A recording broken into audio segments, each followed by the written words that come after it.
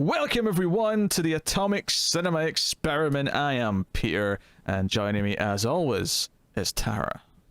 Greetings, citizens.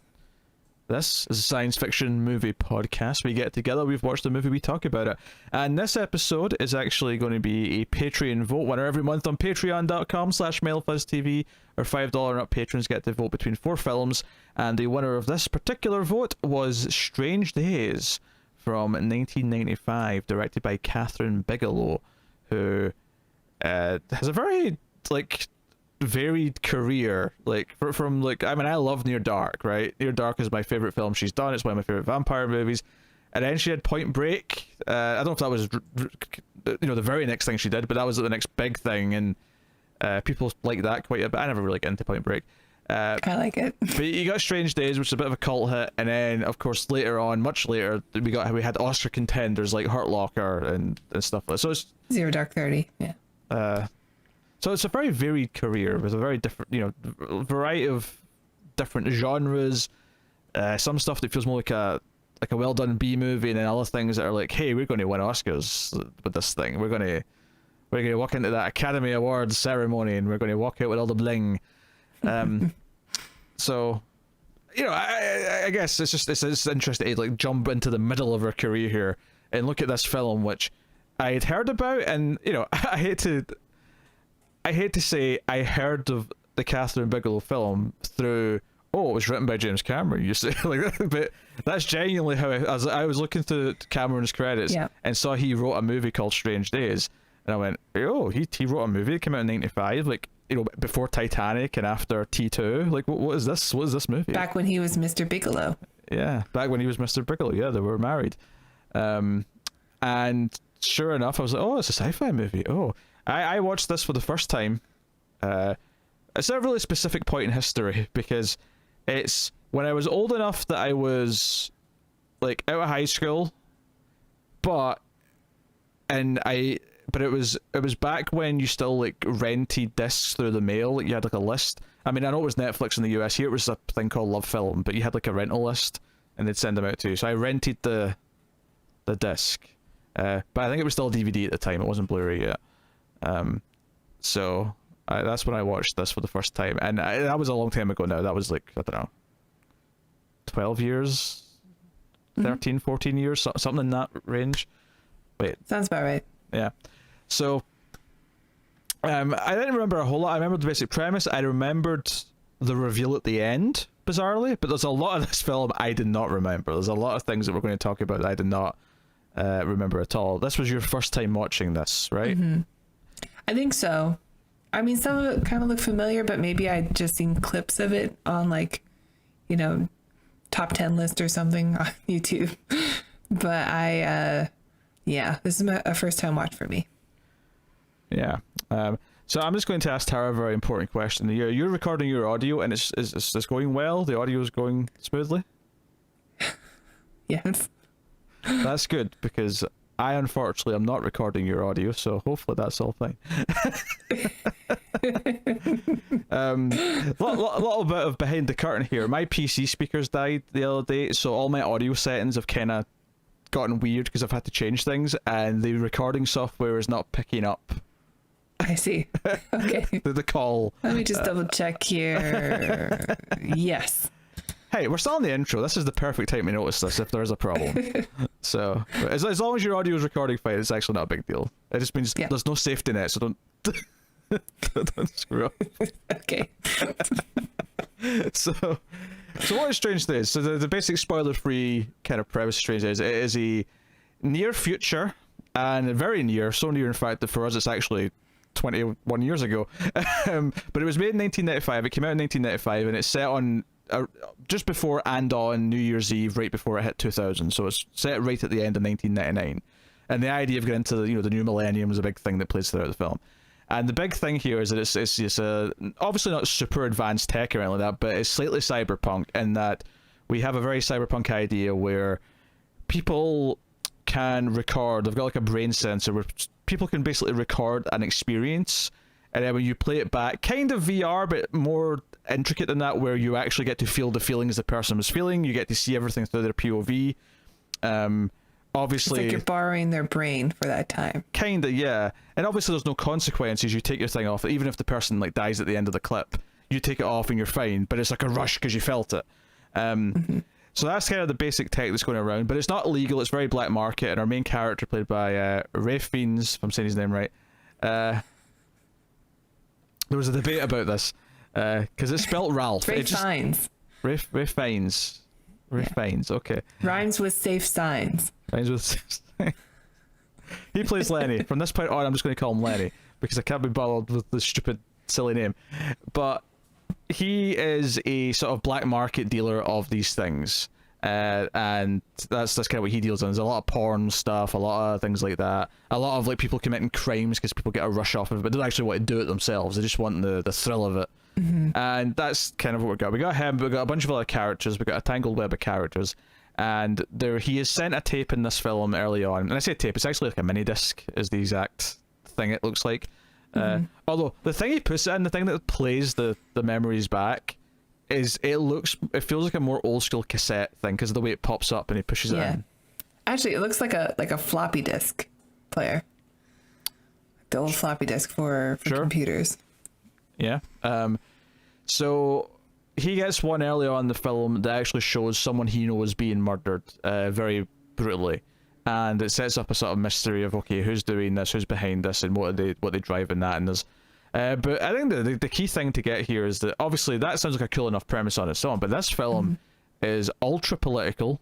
It is, I mean, science fiction often is, but this is a very this is a film full of social commentary, and there's a lot of other things going on around the city in LA at the time of the plot carrying out, which ultimately I wouldn't say ties in necessarily, but it definitely feels of the time and of the thing that's going on and everything. So it really does paint a picture of the world they're in, even though at the time it was only 4 years later when it came out.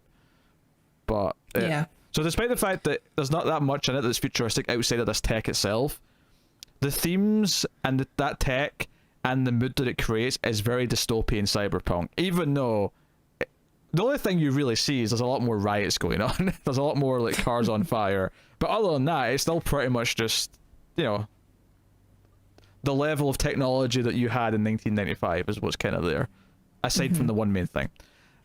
So that's the basic gist of it.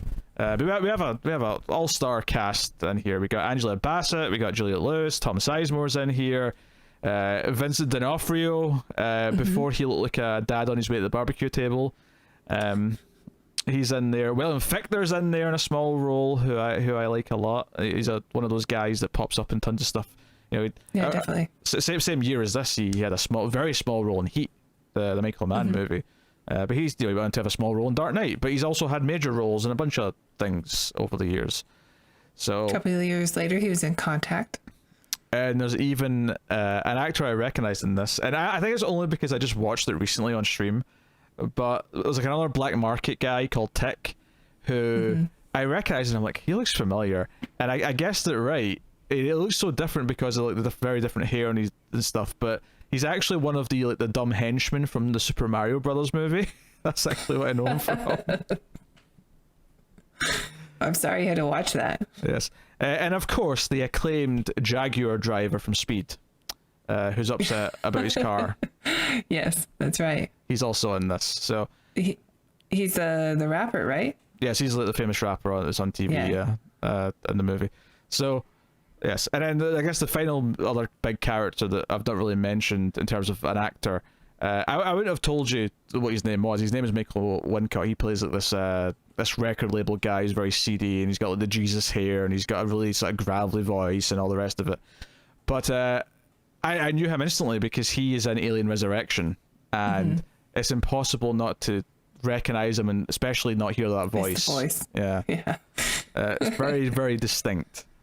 Yeah. So that's the scene. So I'm going to ask Tara the question because she's sitting and listening to me explain the basic spoiler-free premise of the movie. What did you think? Boy, this movie is dark. It's very dark. This is a dark, dark movie. This, I mean, maybe not in like how it's portrayed. There's definitely movies that have portrayed rape more like visually horrific, but the IDs that it's giving you as it's sort of replaying the rape scene is probably one of the nastiest sort of like ideas I've ever heard. And like totally. And even the way they have to experience it while watching it to see to watch the playback is pretty awful. Yeah, I think it's fair to say to give like a trigger warning, I suppose. If you're sensitive to that subject, there was a lot of that in this movie, and it doesn't feel out of place because you kind of. The sad truth is, if this technology existed, it would go there, especially when you're dealing with the black market and you're dealing with shady people and all the rest of it. One of the first thoughts I had when they introduced the idea that some of them were going to be like pornographic, and the idea is, you can be in a sex scene, or you can maybe you can be the opposite gender in a sex scene, maybe that'll do something for you or whatever. And as soon as he said that, I was like, I would feel really uncomfortable doing that, not knowing, not even so much that they're being forced, but the idea, it sets up the idea that they don't always know they're being recorded. Like exactly. This is very seedy, and I would feel very skeptical of that, especially since there's no regulation on any of this shit because it's all legal. So So yes, that's very dark, very dark. Very dark, and I really was not expecting the social commentary on the police from this movie, but like that is what this movie is about. This movie was definitely written right after the Rodney King riots, and is all about that, which is kind of relevant to what just happened here in America, going through the whole George Floyd versus Derek Chauvin and all that, and we've recently had riots here, understandably. So I wasn't expecting. I didn't know what this movie was. I just knew about the weird technology thing. You weren't prepared for how sadly relevant it is. God, yeah. Yeah. Obviously, we're going to save a lot of this for spoilers because it gets into a lot of things. But there's a moment early on in the film where our two kind of corrupt police officers are chasing down a woman. Her name's Iris because there's a bit more. Once we get to meet her, she's more of a prominent character. But at one point, Vincent D'Onofrio, who plays one of the cops, he calls in and says, "Oh yeah, we're chasing the suspect, black male, and he's 30s to 40s." Yeah. And immediately, and he's chasing this young white woman, and all I could think was, okay, I'm already getting a vibe of the theme of this because I had forgotten all this. I think the first thing I would say about this movie is that, and this is almost really fascinating for on a personal level for me, because when I saw this the first time, it was probably not long before I started to become aware of a lot of what this movie's talking about, because I can assure you when I first saw this, my understanding and awareness of police brutality, specifically in America, was at a zero. I did not know anything about it. So I'm not. You probably thought this was a dystopian future. Yeah, I don't know what I thought at the time. I don't know how it played to me at the time, but watching it now, I think a lot of what the movie was doing clicked with me a lot better. So I can definitely say that I liked this more this time around than I did the first time I watched it. Mm-hmm. I think that's the first statement to say. So, I was, because I had, but like I say, I remember the technology, I remembered the ending, and that was pretty much it. I had forgotten all of this stuff. I'd forgotten, and it's the most important thing in the film. It's the through line for the whole thing. Yeah. Oh, definitely. So, yeah, kind of crazy, but, yeah. But did you like it? That's just the question we're getting at, Tara. Yes, I did like it. Yes. I do really like Kathryn Bigelow. I think she is exceptional when it comes to shooting action. And there are a couple of POV action sequences in this movie that are really great. Mm-hmm. And I think the opening scene is really strong also with there's it puts you right in the technology right away, so you know what you're dealing with, and it's a fun action scene. And there's a chase scene that comes up later on that I think is very suspenseful, and I think she's exceptional. Try not to bump your desk. Oh, I didn't. I hit the cord. Okay. It's very notable that when you get expressive, you're starting to like there's a little just steadiness coming into the mic. Well, okay, I'll try. No, I like it quite a bit. I like it more this time than I did the first time. I don't think it's perfect. There's things that I know, the stuff that I know left kind of a bit of a sour taste in my mouth at the time. Still left a sour taste in my mouth this time. Yeah, there's some things I didn't enjoy watching for sure, and Ray Fiennes is not good at an American accent, and he kind of has that thing where I think he's British or English. Maybe I'm just thinking of it because the English Patient, but where he kind of has that like generic American thing that British people do. It doesn't really sound like it's from anywhere in America. And yeah, that I didn't enjoy. I didn't enjoy Tom Sizemore's obvious wig in the movie also. He has a strange like Kurt Cobain but extra long metalhead wig. He's got a big wig. That's the thing. I'm not even talking about any of this stuff really. I mean, they're fair points. And well, there's the darker stuff I also didn't really enjoy very much, to be honest. I don't. I mean, finds his accent, whatever. I mean, I kind of got over that quickly. I didn't really care. Honestly, my problem is more there's a kind of a reveal towards the end, and everything involved in that, like that. everything involved in that reveal, and everything to make it work with the rest of the plot that happened before. I thought it was a bit of a convoluted mess, and it was just a character like telling me lots of things to explain it, because otherwise it wouldn't make sense. It didn't. It wasn't like, oh, things been revealed and now all of a sudden things make sense that were mysteries before. It was like, wait, what? How? And then it was explained to us in depth for some time.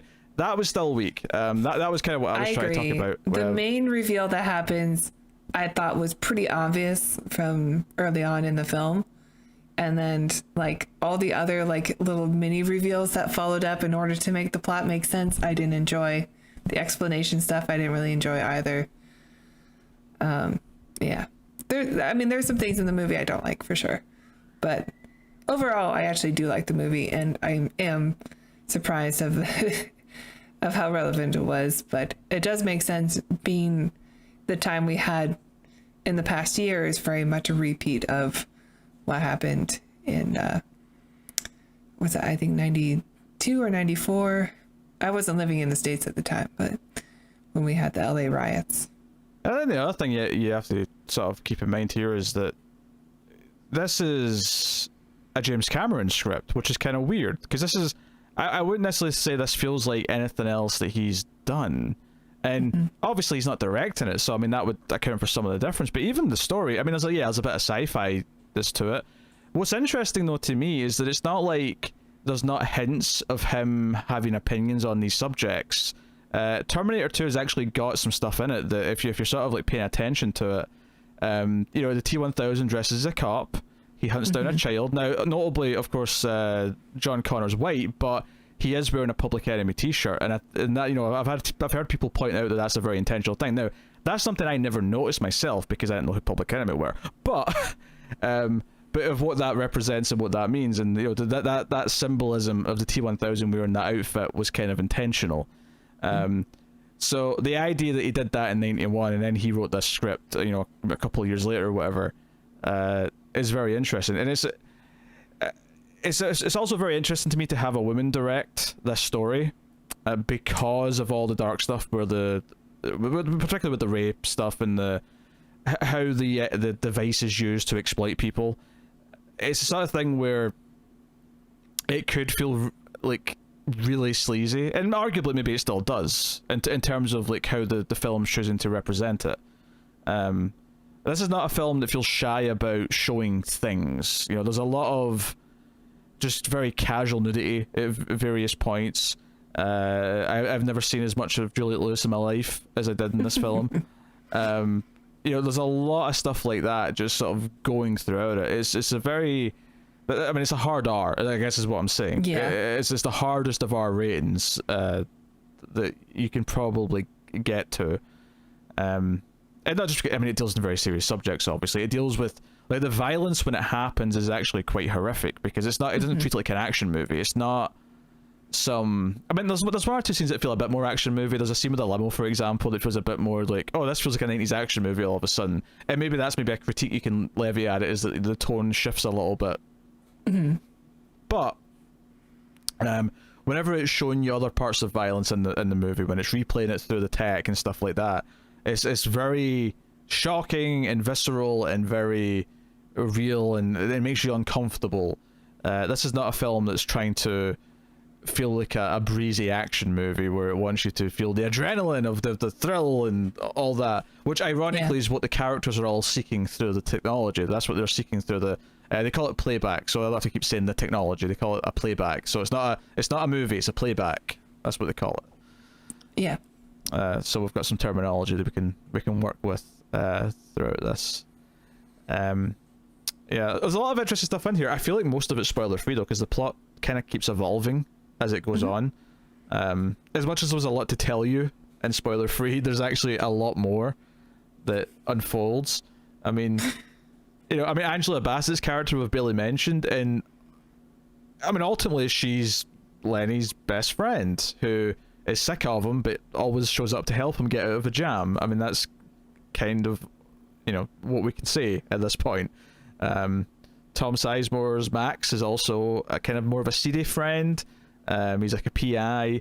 Lenny's an ex-cop. We find that out throughout the film, which I think importantly is quite, or thematically is quite important. The idea that our main character, that our ultimate kind of unsung or troubled hero, is someone who used to wear a badge and no longer does, given the themes that the movie's playing with. There's definitely some elements of maybe redemption's a strong word. I don't know if redemption's necessarily right, but there's definitely an arc there, which we'll get to talking about. But sure. Yeah, I mean, honestly, the majority of this movie is like, I mean, it's a weird, like, post-apocalyptic future, basically, because when you see it, everything's on fire. It's basically there's a riot going on all the time, to the point where, like, even when our main characters are driving through and like people are lighting the car on fire, they're like, okay, we gotta leave. Like, this is just a normal thing they deal with all the time. It's just there's a constant anarchy outside. Yeah, there's a moment when Mace, which is Bassett's character, says to Lenny, it looks like you're on foot, because she's like pissed at him, she's not going to give him a ride, and his response is, in LA? Are you crazy? As if that's just certain death. Just walking from point A to point B in LA in this world is just death. So it's not even that far ahead in the future, like from when the movie comes out. It's only like 4 or 5 years, but it seems to be talking about mostly the police. This movie is about what happens if we allowed the police to become a military, basically, and that is what's triggering all these riots, because the police are too brutal, and they become more brutal because they have heavy armored equipment and are pointing guns at the civilians. So the civilians have to do more things to protest the police, and it's just this constant chaotic anarchy. Oh, you left out one important detail though. I think the even more key than anything you just said is how police treat black people and people that aren't white. That is the first thing. That is number one. What this movie's about. A black character in the movie get beaten by the cops, very much like Rodney King did, after they're of like no of harm to anybody. They still continue beyond any point of reason just to do so. And it's very clear what this movie is about. Oh, it's not subtle. It's not. Maybe it starts off a little more subtle, but as it goes on, it gets more and more. It goes more and more for the jugular as it goes. And there's a lot of things that it's juggling, and it is 2.5 hours long. And I was surprised when I started watching. I was like, oh wait, this is 2.5 hours. Shit. And to his credit, I think there's so much stuff that it's doing that it doesn't feel like it's actually too much longer than it should be. I think it is a little bit. I think pacing is a little bit of an issue, but not as much as I thought it was going to be at 2.5 hours. Like, I feel you know, maybe Yeah, 10, sure. 15 minutes could be cut, but I don't really notice it too much when I'm watching it, but I definitely noticed at the end that it felt a bit rushed. I think mostly because characters are explaining why this wraps up so neatly. That makes it feel like, okay, well, if you have to have a character tell me everything, then maybe you didn't do a good job at like really writing this all up together neatly. Well, I think the thing is that you can kind of split the movie into two, and maybe there's an argument that it's struggling too much by having both of these things happen at the same time. And one of them is more important to the arc of the main character, and then everything else is more important to the overall themes and what the story is about, which is the social commentary. And there's some interactions between them, and obviously we have characters who are connected in those both plots, and there's overlap there, but they do ultimately feel very separate in the sense that we actually get two different conclusions at the end, one for each plot. You know, there's a plot, the scene that ends we were talking about the big reveals, that only ends one side of things. The other side of things is ended in a completely different scene that takes place afterwards, and that, which is both good and bad. Like, there's actually things I like about that, because like they both get their own sort of chance to have a climactic moment. One's definitely better than the other, because the other one, as we said, has most of the problems that we yeah. And it's almost like you could have a movie just be about one of the two things and not the other. But there are merits to having both, which we'll get into. I think we're dancing around a lot of spoilers here, so I think we're about ready to probably dive in. Probably a good idea. I will say it's a better film than I remembered it, and I think what's unique about, from my perspective, is that not being American, not really knowing anything about anything like on this topic at all, until probably not too long after I saw this movie. And, you know, we're talking about when all of a sudden everyone had, you know, cameras on them all the time and things like that, and how much more documented on a worldwide platform is. Or maybe it's just that I'm older and I pay more attention to these things. I don't know, whatever it may be.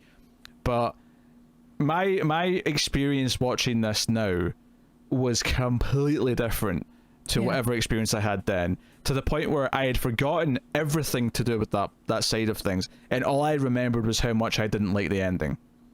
That was all I remembered. And well, the problems I have with that part of the ending are still there, and we'll talk about it. The film felt like it had much more to say to me this time, and I felt like, oh, this has a purpose. I'm seeing what the point of this movie is. Like, I feel like I'm getting so much from it this time. So, yeah. Before we move on, though, I will take this time to thank our Patreon producers for the month. So thank you to Tyler Hess, Cindy Palacios, David Sharp, Boardnow, Al Treisman, Christopher Moy, David Brown, and Stanley. Not Stanley, Stanley. So, yes, that's our Patreon producers. That means they give us $20 or more on patreon.com/MailFuzzTV. But you don't have to give as much as that. You can support us for much less, can't you, Tara? That's right. If you enjoy our reviews, please check out our Patreon page. It's patreon.com/MouthFuzzTV. And if you donate as low as $1 per month, you will get access to bonus episodes of The Ace. So you can find all your favorite B-movie classics and some more mainstream stuff like Time Cop or Judge Dredd. And we even do sequels to movies that we start on the main channel. So please go check that out. And if you donate $5 per month, you'll get access to these reviews one day early, and some shows you get a week early. And you get to vote, like this one. This one was a vote. Yes, it was. Yes, it was. All right, okay. You can also like and subscribe if you want to support us for completely free. Liking, subscribing, commenting, all those things to help a lot on YouTube. Or rate the podcast on your audio podcast app of choice with 5 stars and whatever. Okay, so as I was saying before, you can kind of split this movie into two kind of separate things. You have the police and the racial tensions and all that stuff on the one side, and then on the other side you have the personal plot with Lenny and who's the mystery killer who's doing this. And there is some overlap between them. Don't get me wrong, there absolutely is. You know, the two cops who are chasing Iris at the start, Iris knows Lenny, she tries to give him the footage, which, you know, turns out to be heavily relevant to the death of this famous rapper, which we hear about on TV at the start of the movie. And it becomes, you know, kind of this moral choice about what to do with this footage. So the plots do intersect in the sense that does feed into Lenny's plot, in that he has a choice later on to use that as leverage rather than let it get out and actually have people know that, this innocent man was murdered by, two crooked policemen who seemingly, basically just in the moment, didn't like his attitude, and that was it. Vincent D'Onofrio just got annoyed and just thought he could do it without, consequence. So you have these two things, and I think the reason why they feel very separate in a lot of ways is when you get to the finale of the mystery killer plot, and it turns out to be Tom Sizemore, and then Tom Sizemore has to stand there and explain how it fits with every single thing. Let me tell you how I did it. I hate that scene, and I even hate, and Kathryn Bigelow's direction is typically very solid, but I hated the direction in this scene as well. They kept doing those weird close-ups of his face really quickly as he was explaining. There was a lot of Dutch angles as he was explaining. It's like she knew this was shit, and she was trying to jazz it up with as much camera angles as possible, so that would maybe make it more exciting and interesting. Yeah. And it did not. It's strange because actually the movie is really quite good, and the themes in it are really heavy and really poignant, and like it's a very strong material, plus it's written by James Cameron, which helps. And so, I mean, there's a lot going on here that's really good. It's just this one part that's not quite so tight. It is very convoluted. I also, the reveal of Tom Sizemore being the bad guy is not like a big surprise by the end. No. I felt, especially since he has like this obvious wig on the entire movie. It looks awful. All right, fine.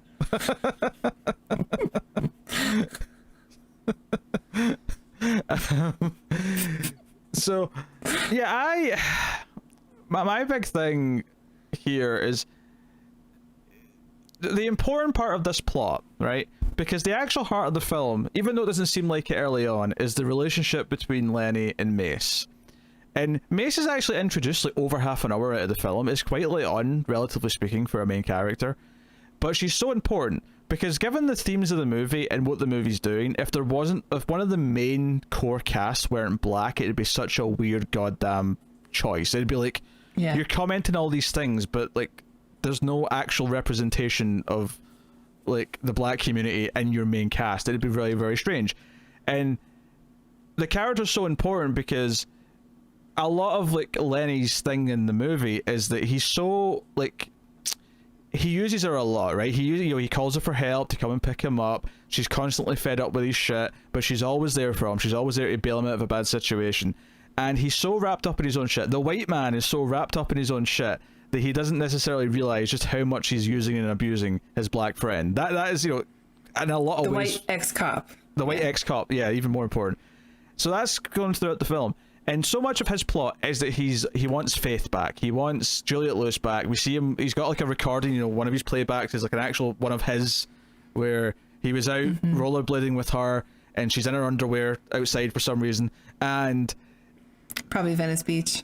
They go back up to wherever they're staying and they have sex and he's watching this back and it's this experience for him. It's basically that scene you get in every like sad movie where the wife's died in the past so they watch the home video. It's just that but with sci-fi tech. Right, and we don't know that she's alive at this point too in the movie. And I was thinking like, you think she's dead? He's reminiscing over his dead girlfriend or whatever.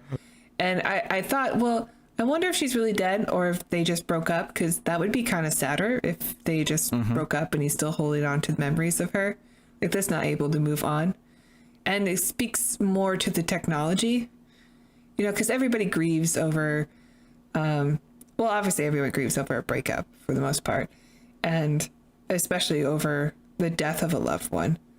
But like treating a breakup like a death and not being able to get over it and move on with your life because you have this technology that keeps you in that moment. So every good moment that you had with her like is still, you can experience not just the memory but how everything felt. That's sadder. I mean, it's summed up. Mace says it towards, because Mace is very anti-playback. She hates the tech, the whole film. Yeah. And later She's on, never used it. and later on in the film, she actually says to him, you know, memories are supposed to be forgotten over time. They were kind of designed that way intentionally. Yeah. You know, that's her whole sentiment, is that, and it's kind of the same sentiment, you know, that Black Mirror episode where they can record stuff. Oh, I thought about that a lot, actually. Yeah. You know, there's a little bit of that, obviously. Maybe even been inspired by this film in some ways. And Sure. you've got that, like, going through it, and, like, you know, not only is she still alive, not only is Faith still alive, but she wants to be a singer, so she's with this record label guy.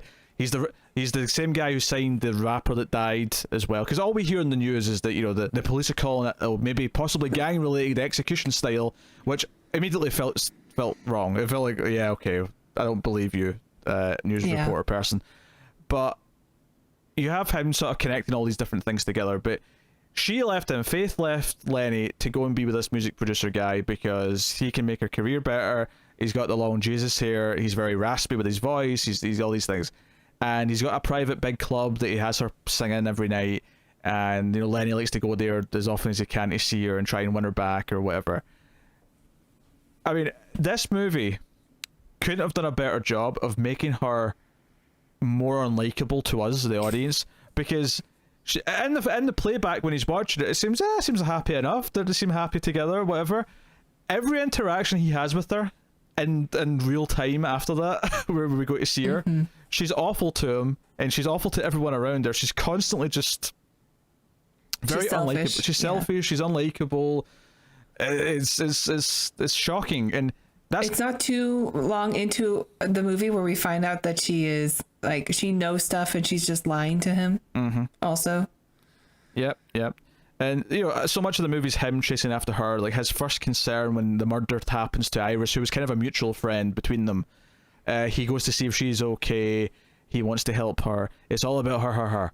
And constantly Mace is there for him. So when it gets to this point where they finally watch the tape, the playback that Iris was trying to get to him, and it's the recording of the cop killing the rapper. And it's this important thing where, no, this will change everything. If we can actually show this happen, this is how simple. And it's actually kind of weird watching this now as well, because one of the things, you know, I said earlier is that one of the big things that have changed since the 90s is that everyone's got cameras all the time now. And how much has that changed? Well, they're supposed to, yeah. Yeah, but how much has that changed perception? Oh, I'm sorry. You mean like cell phones? Yes. I'm thinking like body cameras. No. I mean people witnessing these events, like, have cameras on them, and so much footage that we have of these things now.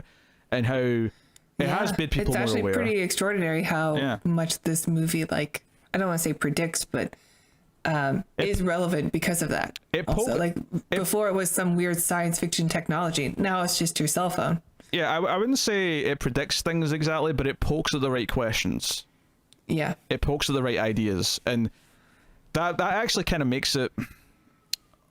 Yeah, more relevant in a way, even though some things are obviously dated because of the time period and that it's set in 1999. Yeah, I mean, obviously we just went through the trial here, and one of the things that was brought up constantly is, like, you know, we only know about what happened to George Floyd because somebody was there filming it. What the police report said was he died on the site from like medical reasons. So if that's all we got, then that's all we would have said. Like, that's all we would have known, right? We wouldn't have questioned anything because that's just how these things get written off. But because of the camera footage, we know that that was not a medical situation. That was a man being strangled. So yeah, like, it also reminds me of that when I was watching the movie, with the differences between, you know, the footage and what even the police officers were saying was happening at the time for their reports. You know, gang related shooting suspected. Like, if that's all we know, then maybe that's not just, that's actually worse because because it's also setting up like, oh, it's just, you know, black people in gangs killing each other again. So it's not only like a lie, it's also setting up a narrative to make people more afraid of black people than they should. Yeah, it's just you feel like it's just they've got a set list of things they just slide into every time. Like, there's no thought put into it. It's just, oh, that's the obvious excuse to go to every time. Right.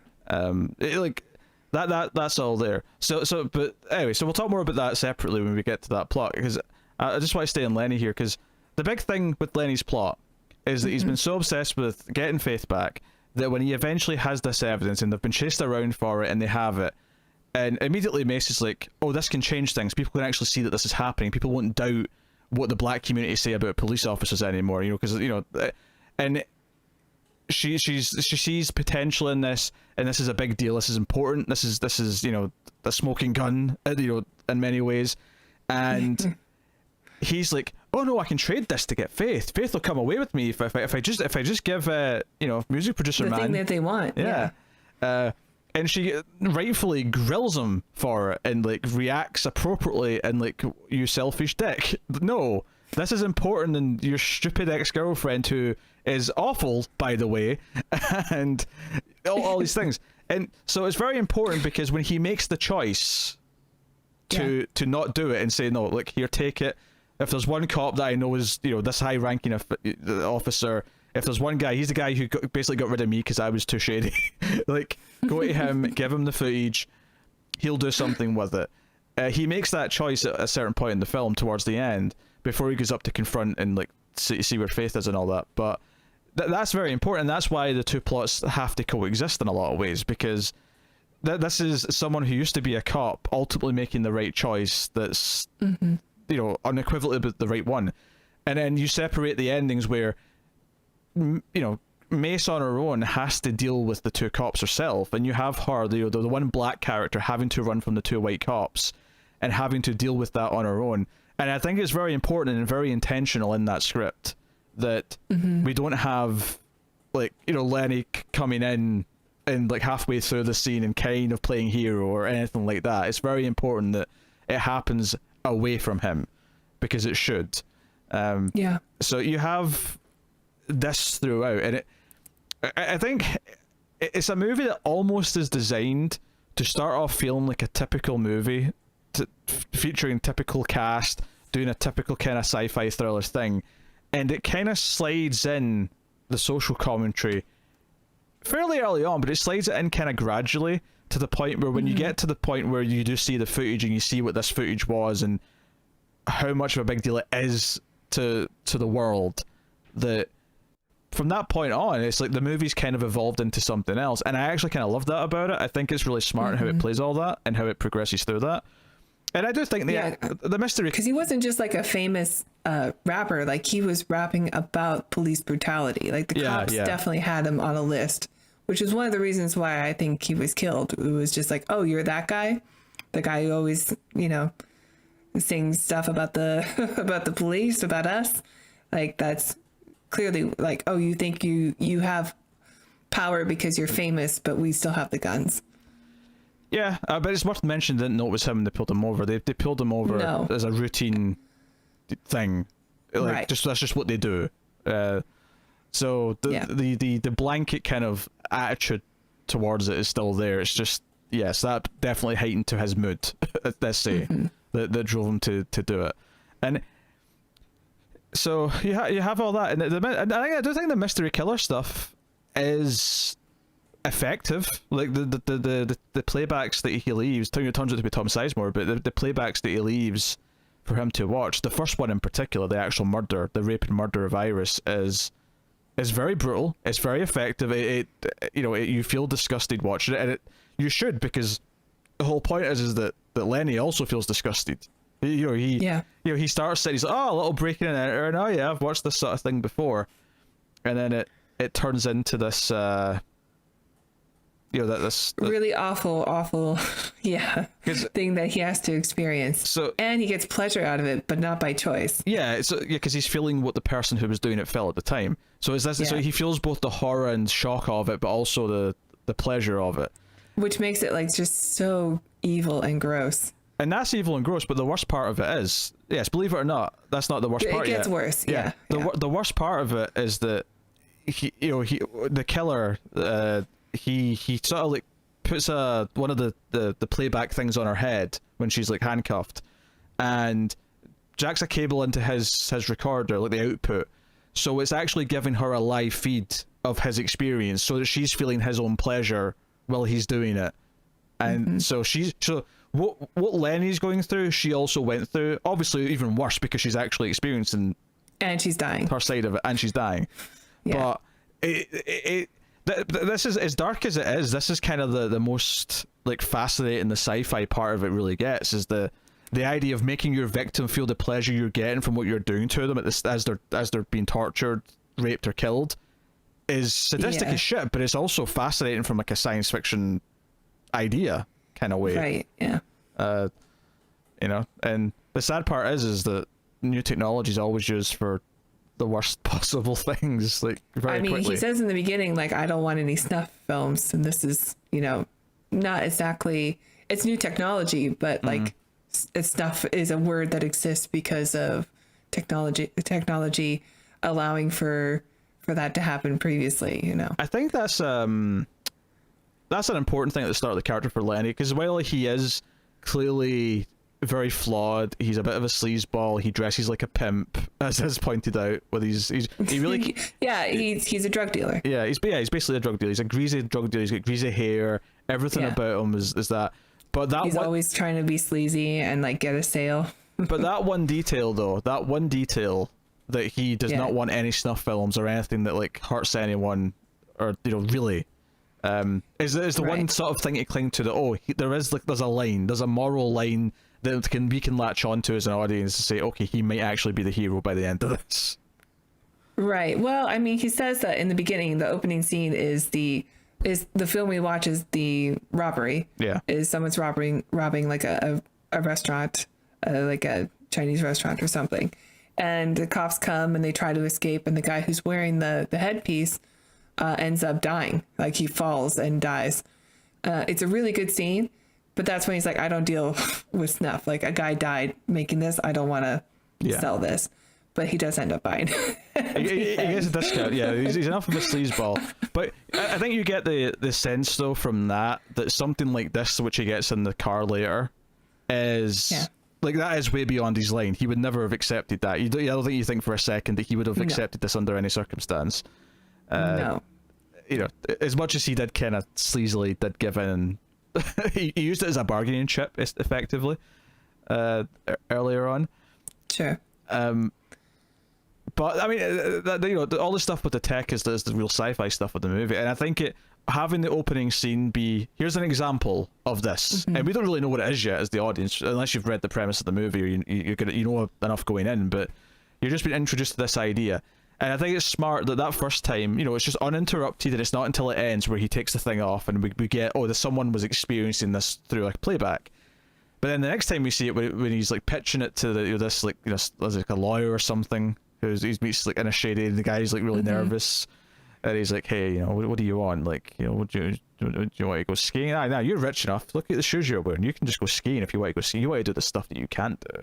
You want to do crimes. You want to experience sex from the other perspective, or you want a threesome, or you want this and this and that. Yeah. And this time, though, we see a glimpse of what he's seen, but I do love that we cut to like the real world, and it's just like Lenny watching him just sort of stand there being like, oh, and he just says, yes, you're just an 18-year-old girl having a shower, that's all you are. And it's like, okay, I think, well, I guess the point I'm trying to make here is that it sort of it gradually unravels all of the layers of what this technology is and how it's used at a nice pace where it feels very thought out and realized. Yes, so. Yeah, no, I agree. I really like the opening scene a lot, and yeah, that scene with the Lenny in the car where he's like extra drug dealery, like, let me just give you a sample. Like, he's still likable, so because I guess we know that he has some boundaries, some standards there, but he's total sleaze. There is, I mean, I will say, maybe a minor critique is that there is a lot to introduce. So I think we're like 40 minutes into the movie, when we're still introducing main characters, because I think it's like around 40 minutes where we actually go to see Faith. And okay, she's technically been introduced already, but this is the first time we meet her and the record label do it together and all that. And Sizemore, I think he shows up like in around the same time that he's doing that deal. It's a little before. It's at the end of the deal, and then Mace is in between those two scenes because she comes to pick him up because his car gets towed, which has the playback in it. Yeah, the playback that Iris left. She couldn't find him, so she found his car and put it in the car. So it progresses all that stuff. I think very naturally, to the point where later on, when we start to get to the meat of it, and we're getting these important tapes, and we're seeing. I think the biggest thing that Sizemore is outside of just how shady he feels all the times because he's Tom Sizemore. He's like peak cocaine Tom Sizemore also. It's because Lenny shows him the killer tape. He shows him the killer playback, and like we see Sizemore's reactions, and they're nowhere near as like extreme as Lenny's were. He kind of like sort of says he's disgusted at the end, but I'm like, I don't know. I felt like you took that in your stride a lot more than Lenny. Looked like he was having a seizure on the back of the car when he was playing it back. Right. Yeah. Well, I mean, it was about halfway through the film, I think, where I realized, like, okay, well, Sizemore's obviously wearing something because he's got a wig on, and we know that people hide the machines or the headpieces in wigs, and it's just such an obvious wig, and we don't know who the killer is, but they're not really hunting for a killer, so it's probably somebody we know. It's probably Sizemore. Like, it wasn't. I know you've seen the movie already, so you probably remembered. But watching it for the first time, I was just like, I was not. It was shocked. One of the few things that I did remember was the Sizemore reveal, which would be. I think the problem is that one of the things that I sometimes don't like about spy stuff or noir stuff, and I like a lot of noirs, but one of the things that I don't like about noirs is the convoluted explanation as to why everything has happened. For all the breadcrumbs. And here's how I did it. And I do, and the one thing I do like about the reveal, to an extent, is that at the end of the film, when Lenny goes to the hotel room and he tries to find Faith, the record label guy's lying there dead, and there's a tape, and he puts it on, he plays it back, and it's basically presenting what happened to Iris, but it's happening to Faith, and he's watching it and he's like panicking because this is happening to her. And I actually kind of liked that they subverted her expectations here a little bit with her. After the presumed rape and kill, she kind of just sort of like breaks character. It was all an act. It was all it was all pretend. Yeah. I thought that was an interesting thing because I'm like, you could like fake this if you as long as the person committing the thing feels appropriate, like it would be convincing in a lot of ways. Obviously, it just kept running though, so he saw it was fake, and then Tom Sizemore comes in and monologues. Because he's so proud of everything, and it's so. I know that just doesn't make any sense to me. It's so convoluted because he says, like, yeah, so, because this is the thing, he doesn't really care about the rapper being shot or the recording of it. That it was only the producer who cared about that, and this is what partly makes us feel so separate. Is that Tom Sizemore's motivations and everything he's doing is so separate from all the rest of the plot. And maybe you can read into that and say, oh yeah, like the white characters have got their own thing going on and they don't really care. And the reason why that Lenny's kind of becomes a hero ultimately is because he actually does decide to give a shit and he makes the right choices. Maybe there's something to that, but it feels so separate, and then it's so awkward and monologued where he's like, oh yeah, like, music producer guy, he hired me to, like, be the bodyguard for Faith. And then Faith was all like, oh, well, if you're going to be hanging around, we might as well have some fun. So they seem to, like, all right, they've become sort of a weird secret couple, and he was ordered to kill Iris by the music producer guy, and presumably he was going to then have to kill Faith because she also knew about it, but he decided that the weird way he will get around that is that he'll elaborately do this thing where he leaves the trail of breadcrumbs for Lenny to get to this hotel room so he could frame him for the murder of the music producer guy, and he would put it all on him, and he would get away with Faith. But then, so we're introduced to this idea that him and Faith have been this secret couple, and she's involved in all this, and she's this evil person with him. And then within about a minute, Lenny just sort of says, I know you're better than this, and she betrays Max. And it just makes the whole thing feel so frivolous. Like, well, your entire like premise for this reveal is that they've secretly been seeing each other and they're secretly into each other, and she's evil and he's evil. Hard to flip that quickly within like a minute of this reveal just feels, I don't know, it just makes it it's not it doesn't come off well. It doesn't. It really seems like it's something's missing.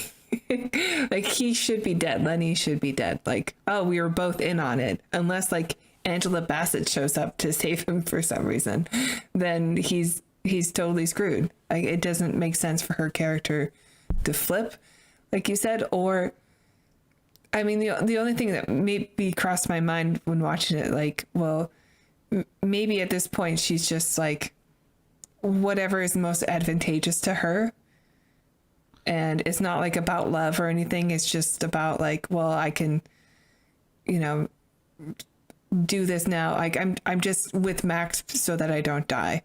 And I'm going to save Lenny so that No. The reason why she saves Lenny, what the movie's clearly going for here, is that she just can't watch him die. She thought she could, but she cares. Even though she's been completely awful to him, she still loves him. She cares. Yeah. Well, she doesn't even necessarily love him. She just cares about him enough not to want him to be killed. Right?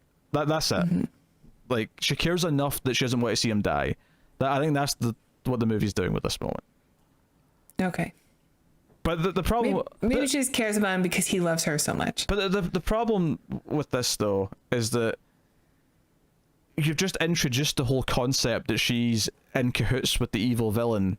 And I don't know, it feels like you didn't give me time to care about her, like, face turn, to make me care about her finding some kind of small act of redemption by the end of the story, because you just told me that she should be in the opposite end of the spectrum 30 seconds ago. It's too quick. It didn't resonate for me at all.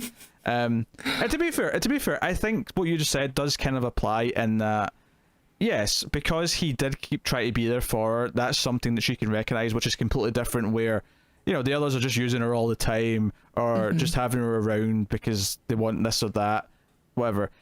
The real question I have for you, though, is how much did you enjoy the passionate kiss whilst Tom Sizemore keeps his eyes on Lenny the whole time, pointing a gun at him, but somehow still tongues Juliette Lewis at the same time? How did you enjoy that cinematic moment? No, Tom Sizemore's gross. Juliette Lewis is kind of gross in this movie too. She honestly, yeah. It's weird because she takes her clothes off multiple times in the movie, but somehow she actually feels more provocative and like scantily clad when she's actually wearing clothes, because all of the clothes she chooses to wear, like, are either see-through or just straight up like have holes in them for like the nipples to point out of. It's very like constant throughout the whole thing. She's got an image, I guess, to maintain for her record label. She wants to be this like hardcore rock star who's... Yeah. She really did sing all the songs, though. That was pretty cool. Yeah. I think that's I like what it does for Lenny's character to have him care about this, to care about someone, and because it's important for him to then make the right choice, because it's not about him. It's not about his stupid shit, right? That's what he ultimately realizes, and that's why it's this heroic moment for him to make that choice. But notably, he's not the hero of the story, of the other story. That's important too, because then it would just be, white man's the hero who did everything. Yeah. The important thing is that he had the chance to be corrupt and use it for his own gain and chose not to. And that's something that, more people should choose in life. And but everything with Sizemore, once he starts monologuing, once we start to piece together all the... I forgot about that kiss till you brought it up, but it makes sense for Sizemore's character to like get pleasure out of him watching him kiss the woman he loves, because it's kind of what he does when he makes the victims experience his pleasure while he's doing the thing. So I guess it checks out. It's just they're both gross. Yes.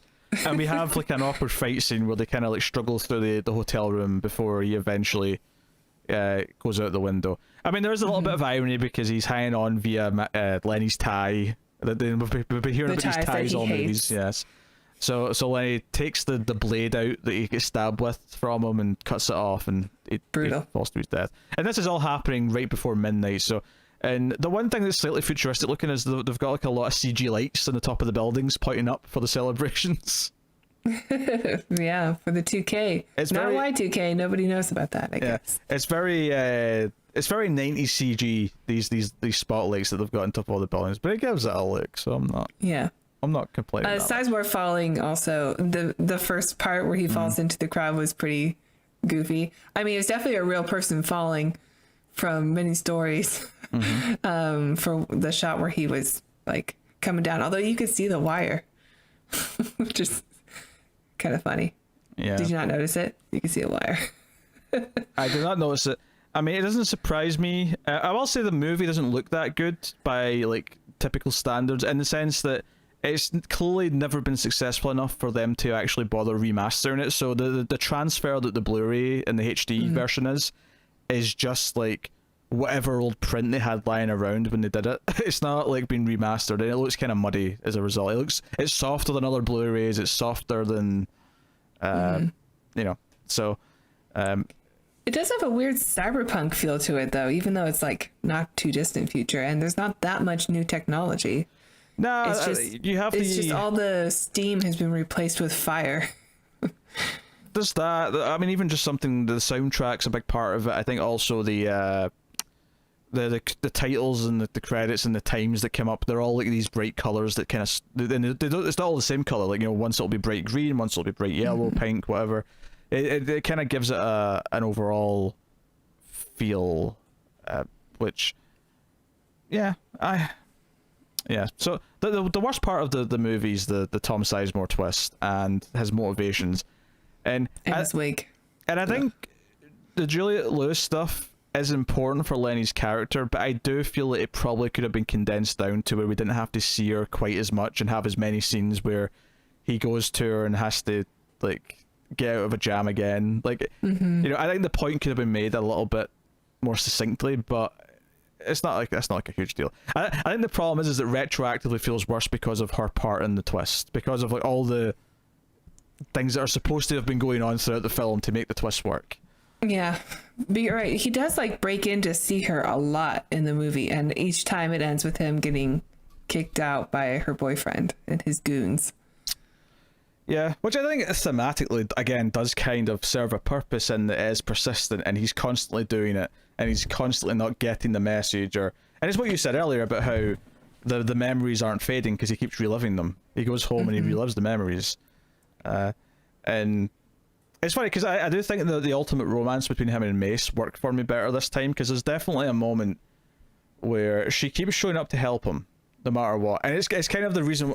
I suppose if I'm going to try and argue, again, it doesn't work because the idea that she's evil has been introduced too quick before. But to be fair, the reason why he realizes that Mace is like the person he should love is because Mace is always there for him. So the idea that Faith does the same thing, essentially by saving him, she has that one little realization right at the end. Thematically, it is kind of there. It is set up, and it does kind of parallel something else that goes on in the movie. So, yeah, right. He loses faith, but he finds it again in Mace. You try to make a pun because her name's Faith. Is that what you're doing right now? Sizemore did it. That gives me permission. Just because Tom Sizemore did something does not give anyone permission to do anything. In fact, I would say that anything Tom Sizemore does is I'm not allowed to do my cocaine binge after this. Is a good reason not to do something. Not to pick on him. He's got an addiction. I don't know. I've heard things. He was on like celebrity rehab for a year. That was sad. Is that the whole story? Okay. Yeah.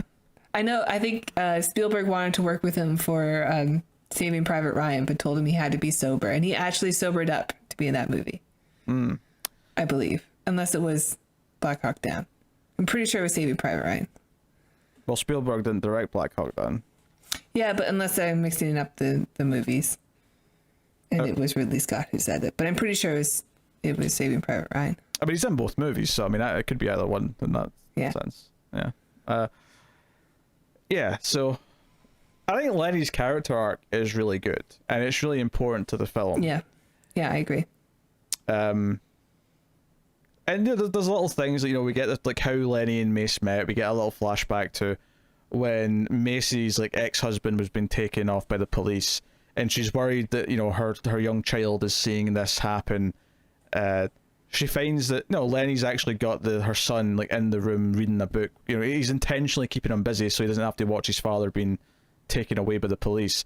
And it's one of those like moments where, okay, why does she show up and help him all the time? Why does she care about him so much? And it's just this one little hint of, oh no, he actually did the right thing once or twice. He showed he had a heart. He showed he cared. You get little pieces of it here or and there. She loves him. And she does, yeah. Yeah. From afar. Well, go on then. Give us the scene that told us that. Well, yeah. I mean, she keeps asking him, why do you keep pursuing faith when when she's clearly like moved on from you? And he said, well, have you ever been in love with someone from afar, but wanted to do everything to help them anyway? And she said, yes, Lenny, basically. So the audience is like, okay, yeah, she loves him then. Yeah. That's yeah. It's a little less obvious than you made it sound, but yeah, it is. I mean, it's there. It's there to notice that she's probably talking about him. Right. It's...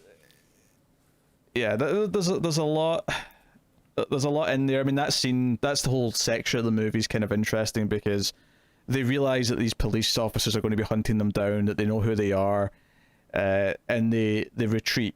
There's always, let's have to be home, so they go to like her cousin's house or something. So it's properly like we go through like a black neighborhood, kind of like appreciating everyone enjoying the fireworks because it's like getting close to midnight. Although why there's fireworks going off before midnight, I don't know why. Is that a thing? Well, yeah, they're not professional fireworks, sure. But like people just lighting fireworks on the streets and stuff. Yeah. I thought the point was that you get midnight and then you... Yeah, it is. But every New Year's and 4th of July, you just deal with people who went out of state and purchased fireworks and brought them back just for this day so they can blow their fingers off. Yeah, but it's stupid. I hate fireworks. Unless they're at Disneyland, I don't like fireworks. But it's a really important moment in the film, though, because it's kind of like this safe haven almost for both of them. But it's kind of interesting because he really sticks out because he really is the only white person walking around in this entire sequence, and it becomes this kind of like the rest of the city's kind of falling apart, and the one place that like the police will tell you is like the dangerous part of the city that everyone should be scared of is the place where refuge is sought and where a plan is formed and where like the film's kind of like rests on all these important decisions happens here. I think there's a lot there where it feels very prominent as they're entering this neighborhood, and then it goes back to what I was saying earlier, where it's really important that one of the main characters is black. Like if they were doing all of this social commentary and we didn't have someone there to represent that side of things, it would be such a oddly judged film to make and be an oddly skewed thing to do. But no, she is there, and she ends up being probably the best character in the movie in a lot of ways, because she's tough. She drives like a limo. This is her main job, a bulletproof limo. Yeah, it looks like she said something about like this is the only job she can get, and she was like a waitress or something before in the flashback. She looked like she worked at a diner or something. She was like all clean cut. Given how good she is with weapons, though, it seems to imply that she's got a history of something else before that, I would suggest. Well, she was in the military or this something. world just makes you good at it. I mean, that's a bit of a stretch. I mean, maybe. I don't know. Maybe. Do you... Well, that's actually one of the interesting points about Lenny is that he doesn't like guns, and he has a gun that he keeps under his bed, but he actively tries to avoid having one for as much as he can. He doesn't like going out with one, and I think that's a very interesting. I was almost surprised that we didn't find out that he had an incident where he shot someone, like that, either by accident or because he was in the heat of the moment or something, and it's this like traumatic thing that he regrets, and it never quite goes down that path. Maybe he's just seen too much of it. Yeah. But it's there. It's definitely a point that's there, and that was the point where, like, when they mentioned he was an ex-cop, I was like, oh, that's a really interesting kind of thing where he left that, and then he kind of had to become this because there was nothing else he could do. Like, he sort of like. Yeah, I guess he understands the world of the black market, and because of his cop career, and thought I could just get into this. Yeah, well, I think it's also the idea that it kind of being a cop kind of sucked his soul out of him a little bit, like, and sure, and obviously we get the impression that he was doing some shady things, and that's partly why he was let go. It wasn't just that he quit, but well, I don't remember the scene exactly. I watched it yesterday, but doesn't he talk about, like, there's a scene where they talk about the reason this technology was invented was in order to do surveillance for. Yeah, it was the FBI. Yeah, it was to replace interrogation and or not, to replace the wire. Sorry, so people could go into like an undercover situation and actually record everything. Yeah. So maybe he like somehow had access to this technology through being a cop. Not that the cops and the FBI are the same thing, but yeah, same world. No, I wasn't really talking about how he has access to anything. I was more talking about what being a cop did to him as a person, and like, I mean, sure, yeah, maybe that's how he came in contact with it, but like, I'm thinking more just thematically the idea of like the idea in the same way that we talk about like how the prison system doesn't rehabilitate anyone. It just sends people further down the rabbit hole because they kind of put them in a position where, okay, now you're an ex-con, so now you can't get X number of jobs because they won't take prisoners and so on and so on. Sure. I wonder if an element of the police force is that there are many people who sign up to be police officers who are actually decent to start with, and like just the system and the corruption and the way they're taught things by other police officers just creates this environment where you become worse and you get worse, and that's not to give anyone a free pass, far from it, but the idea this is a character who's kind of beyond that and is kind of does have some trauma from that, and that does kind of inform his lessons that he learns along the way from the film. There's a lot going on there. Yeah, and it's kind of a lot of the strength of it, which if we take this opportunity to shift over into the more direct social commentary stuff, which is the I mentioned earlier the first time we see the cops chasing Iris, and it's like they say, oh, as a black suspect, because they don't want them to know what they're actually chasing, because clearly they're chasing someone that they're not supposed to be chasing, right? This is clearly not official police business, and that's kind of a tease for what's going on, and they're kind of stalking people, and they get in there, and then ultimately they're just trying to cover their ass constantly throughout the entire film, and right, because they're able to get her wig off and when she's escaping, and they see that she had a recording device, and they realize there's a tape. What's so funny about this to me is that you also have the music producer guy trying to erase this footage from existence for his own reasons, because he doesn't want to like anyone to like know his connections with like his artists or that they were having. Because the reason why Iris was wearing this in the first place is because he wanted him to be spied on because he didn't trust them. They were having like arguments or something like that, and he wanted like someone to spy on him when he wasn't around. That's why she was recording anything in the first place. So it's just really funny to me that these cops are running around and trying to kill anyone who knows anything about this, and they're trying to like get the evidence. And you've got the music producer guy also sending these hitman around trying to erase everything. And these two entities never know that the other one is doing this. They never know that the other entity is trying to also chase everyone and get rid of it. Nope, the connection is just Lenny, really. Yeah. And the rapper, the victim, and him, I suppose. But I mean, you see it is very uncomfortable, and you can kind of feel where it's going. You can feel it building, and it's one of those things where it's almost more powerful because as soon as they're pulled over by the police, you're like, I know exactly how this is ending. Maybe not the exact details, but I know exactly where it's going in terms of the overall scope of things. Right, and I think like Jericho, I think that's his name. That's the rapper, Jericho. Yeah. Jericho like says like, you know, why are you pulling me over? If I were driving any slower, I would have been parked, basically. And, you know, his other friend in the back is like, hey man, just cooperate, like don't do anything, and don't try to fight or anything like that.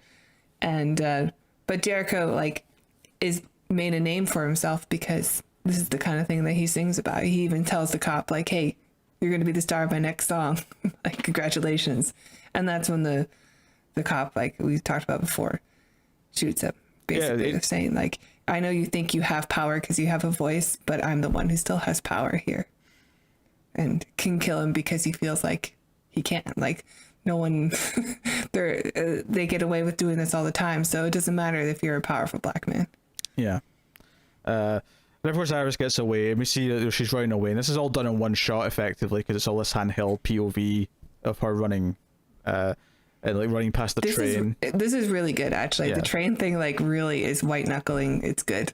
Yeah, it's really well shot.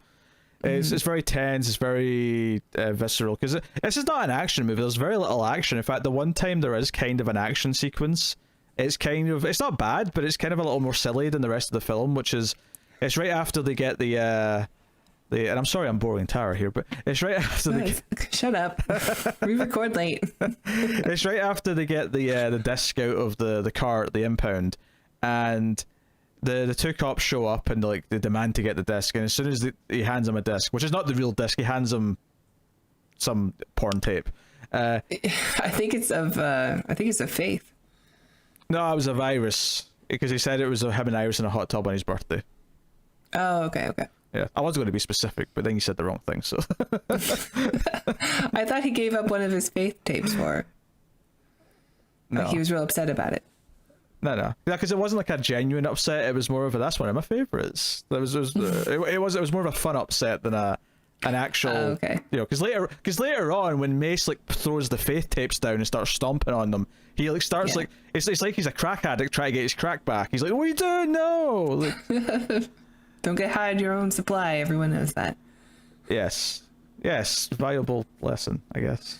Also, don't be drug dealers. But that sequence where they sort of fight them off, they run to and this is where she shows she's very capable combat wise, but they run to her limo, and it involves the two cops like shooting up the limo, then setting it on fire, and then she rides the limo into the water because they're at the docks to put the fire out, and then they have to like, you know, shoot out the back window and swim up to the top. It's the most Hollywood the movie ever gets, really, is this sequence. Yeah, totally. And it's not bad, but it does feel a little tonally different to a lot of the other things going on. Yeah. I suppose also the cops kind of assume a lot of things that, you know, they just assume that because she had a wig that there was a tape, and it was recorded, or they assume that. Well, to be fair, it wasn't just a wig. The actual device was in the wig too. Like, they saw the device.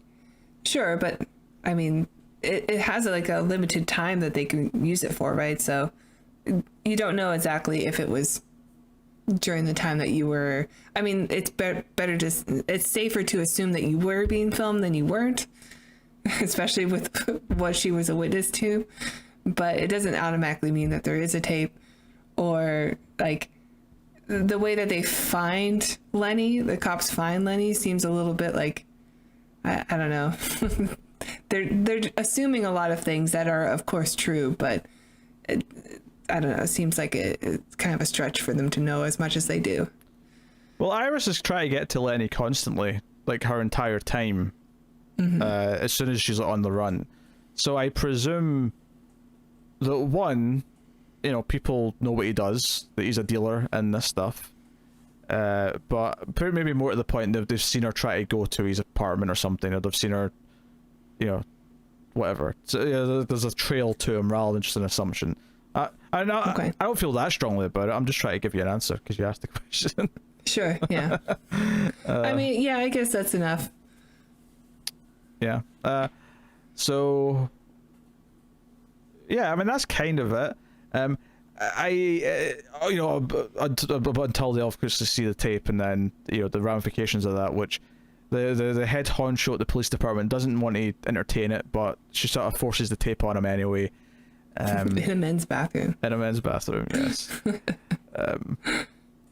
Because the cops actually think they're dead because they think they killed him in the limo until they happen to see her at the big party on the street right at the end of the film, and they end up chasing her through a crowd, and to the point where D'Onofrio shoots 5 people just try to kill her. He just, and no one's hearing it really or noticing because there's fireworks going off constantly. Right. Yeah. Even though there's people clearly falling dead. But this film, I'm not convinced that people right next to him as he's shooting the gun, because it's not like there's some distance from people. They're in the crowd. They're right in the crowd. They're constantly blocking Angela Bassett's view. They're literally blocking it. That's why they die. But yeah, you're right. He's just murdering people on the way to get to her. But I guess he assumes because there's constantly rioting going on, there's all this unrest, that he could just get away with it still. Yeah. And they catch up to her. The fight kind of happens. And they start, beating her, and ultimately the crowd eventually stops holding back, and this one guy kind of jumps in and starts fighting them, and effectively it becomes almost like a riot starting to break out because they're all attacking the cops, and we see other cops and tanks and stuff, and the periphery of all the events starting to get involved and coming in, and it just so happens that right as things are really getting heated, because she's disarmed them, she's handcuffed them to the thing during it's other all this. cops that start beating her with batons too. Yeah, those cops are saying she's the enemy, and they immediately start hitting her. Yeah, and then of course the head honcho cop, the commissioner, whatever his rank is, I didn't pay attention to his rank. I don't know. He comes in and says these two are under arrest and pulls out the disc, and he has watched it, he's seen it. This is what's happening, and we have D'Onofrio try to. William Fichtner grabs a gun first as he's trying to be arrested, and he kills himself because he doesn't want to face the consequences of what he's been involved in. And then D'Onofrio covered in his blood. Yeah, his face is literally covered in his blood, and he's so sad and angry that the one partner in crime that he's had is dead, that he grabs the gun and he's going to shoot. And Lenny has shown up at this point, and there's a bit of a fake out here because Lenny does this heroic thing where he sort of grabs her and spins and makes sure he's covered, blocking her, in case she gets shot. And at the end of the scene, he actually falls down and she thinks she's been shot, and he just kind of coughs and what is it? What? Clearly he fainted because he's been stabbed and because he's been through an ordeal. He's probably lost a lot of blood. Yeah. So he plays it as a little joke afterwards to alleviate the tension, but so he has put, D'Onofrio's put down, and I think it is very important. I think the movie's done a lot of smart things here with its structure and its narrative diversion, where the white character plot, everything with Max and Faith, they don't care about anything that's going on. This is your white people who are ignorant and oblivious to the real struggles that are happening around them, and they don't care. And then the real sort of part of the movie, which is this, has its ending on its own, and I think that's very important. Right. And Lenny's an ally for sure, but he's not he's not galloping in on a horse as a white knight to save the day, and that's also important. And honestly, if I had watched this movie before this year, I think I would have had a very different opinion about the ending, because cops always get away. Even when they're caught, they always get away.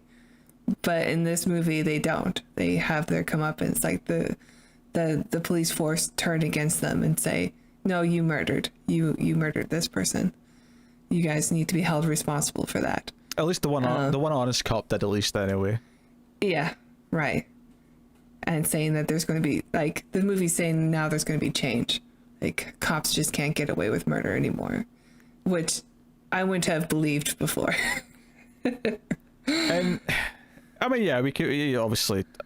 I don't want to get into the debate of how much change there is, or can be, or will be, but Yeah. the idea in the movie that it being caught on camera, essentially making some kind of ripple and some change to the events that have been going on, and then the idea that just in this, these last few weeks, even with the results of the trial, saying that maybe there can be different results now, and it's not enough, and it won't be as quick as it should be, but maybe the movie did oddly kind of predict one little you have to kind of look for it, and it's not on the surface, but it is kind of there if you want to look for something the movie kind of got right, in a sense. And obviously 25 years. And obviously it's a movie, so we have we have the lashing out and having the final shootout moment, because we have to have a climax because it's a film. But at the end of the movie, which is them, they have to go to the police station to answer a bunch of questions, and they're kind of hobbling together, and I mean, she's holding him up more than anything, which again I think is important. The idea that she's there to be, because if the movie in a lot of ways is supposed to be the white population realizing that the black people are there and they need help because they're being mistreated, the idea that his character realizes that this amazing woman's there to have his back constantly, and he's acknowledging this now for the first time and realizing the people that, or the person that's in his life, and how that maybe represents the larger scheme. It's a very nice thing to have. So our ending of the film is she gets in the car, he's walking away, but then the song from this movie that I really like, because this is the other thing I remembered, I really like this song. You hear a little bit of the musical part of it a couple of times throughout. I guess it's kind of a love theme almost, but it plays at the end as 2000s like being rung in, the bells are going off. The ball has dropped. That's an American thing. I'm in the UK. Go ahead. In the UK, it's the bells are ringing. All those churches you got. You bring in the bells, right, as what people say. Anyway, so as the song's playing, it's got this sort of heavy kind of pulsy drum beat, and he comes back over at the car, pulls her out of the car, and kisses her, and that's how we end the movie. It's that he finally realized what he had, or who he had, to be more precise. Right. So it's got for how dark the movie is, it's got a very happy ending. Yeah, it really does. It does have a very happy ending. But man, what you had to go through to get there. Yeah. It's a dark, dark movie. And how much bullshit would Lenny have avoided if he'd just been smart enough to realize and not keep chasing Faith? Yeah, right. That said, though, I mean, if someone still sent him the murder tape, then he'd still have to find out who killed someone else who is his friend. They wouldn't be completely dropped, but I guess that's true. But yes, I don't know. Smarter choices could have been made. But yeah, we glossed over. The second tape he gets is whoever's doing it came into his apartment while he was asleep, and looks at him while he's sleeping. Puts a knife to his throat. Yeah. Yeah. Stuff like that. And this is the thing where this could almost be its own separate horror movie. This idea that someone's leaving tapes of stuff like this, and I'm sure it's even been done. It even sounds familiar that I'm saying it. I just can't think of what the movie would be, but I'm sure it exists. I'm sure. Yeah, probably. Yes. But hey, the movie's pretty good. And I do Pretty think good. it's probably more relevant right now than it has been in years. I mean, don't get me wrong. I think over the last 5-10 years, it has been more relevant again. But I think right now, specifically after the last 2 years, it's probably the most relevant it's been since it came out. Yeah, absolutely. And it's one that I don't think at face value. I've never seen the trailer, so I don't know what the trailer marketed it as, but certainly in its sort of a cult following, where hey, it's this movie that's actually pretty good from the mid-90s that Kathryn Bigelow made. I don't think you go in expecting everything that it's going to hit and what it's really about and what it's actually doing. I certainly didn't. I was very surprised. And I guess it's kind of unique in a way. Where, okay, we don't have this playback technology, but what the movie's about, the cyberpunk subject and the idea that this technology leads to actual footage of the mistreatment of black people and the murder of a black person from the police. Like, is this one of the few cyberpunk like future films where we've essentially gotten to the point and surpassed it in terms of what it predicted?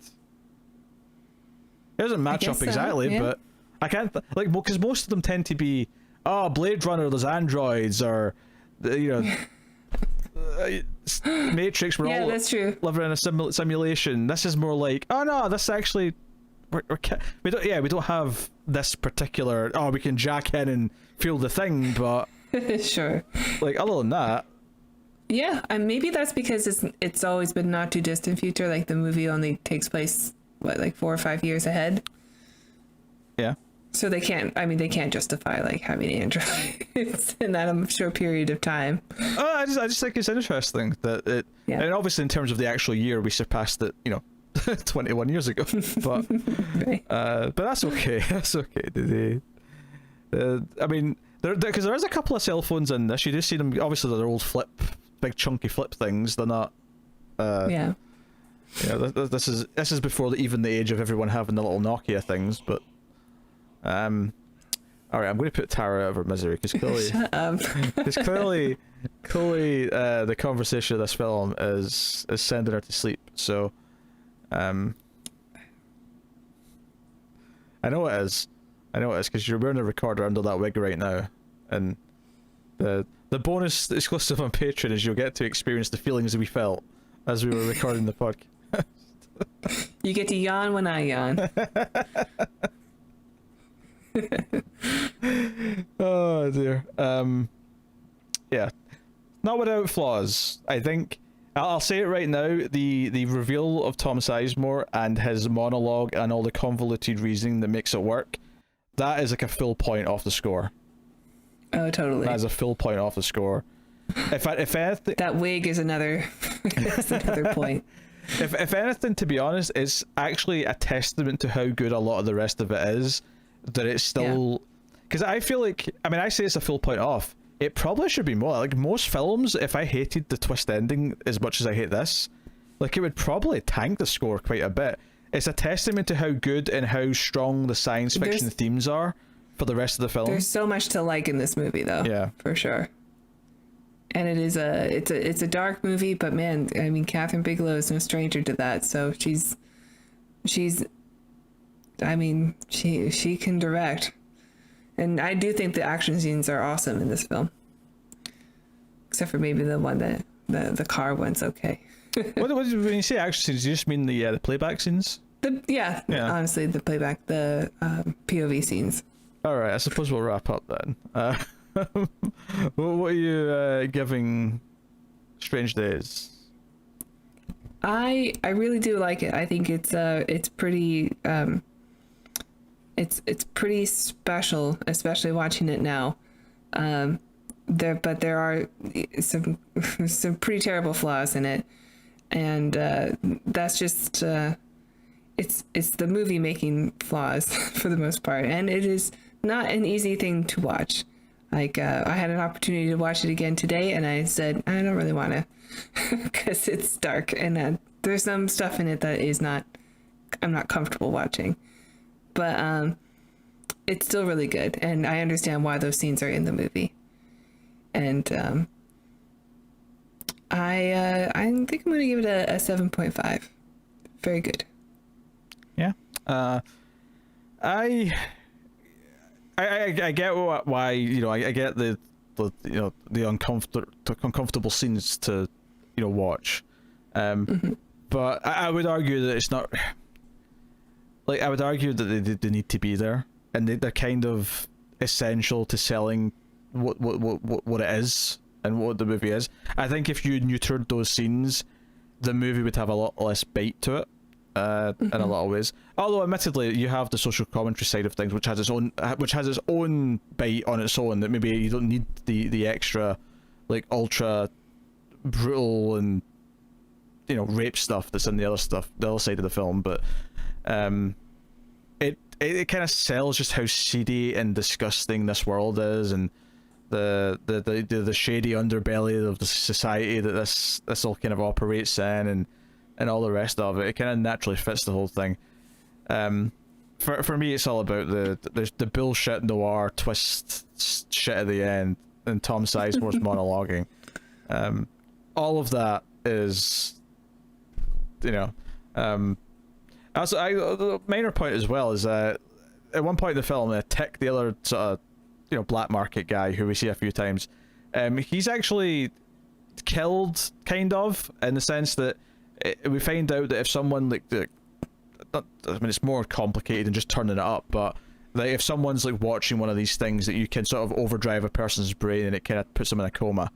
It'll like fry their insides, and I thought it was strange how it never really used that again, like in the way that well, it does. They do it to the music producer guy, because he's a vegetable, and then they shoot him. Oh sure, yeah, the bad guys do it, but what I mean is it never uses it as a threat. It never uses, like when Lemmy goes into that hotel room and there's a tape sitting there and it's the one where it looks like Faith's being attacked.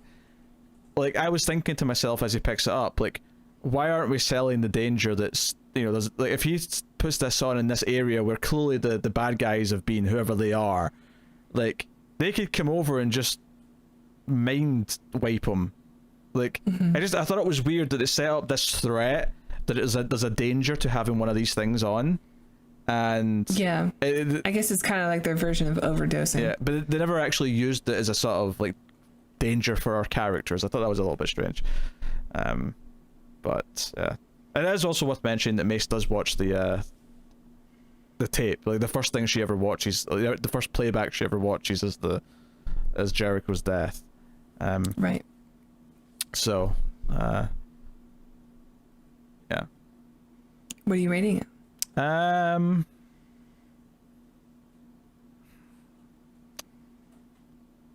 It's tough. I am going to agree with you and go to 7.5. Cool. You never do that. It's, well, because this is the thing, if I didn't hate that stupid twist at the end, it would be an 8.5. Sure. Because the rest of it's that good. But yeah, unfortunately, it just has this giant Tom Sizemore sized hole. The hole is Sizemore itself, which means big, in case anyone is confused. Not size less, size more. Yeah.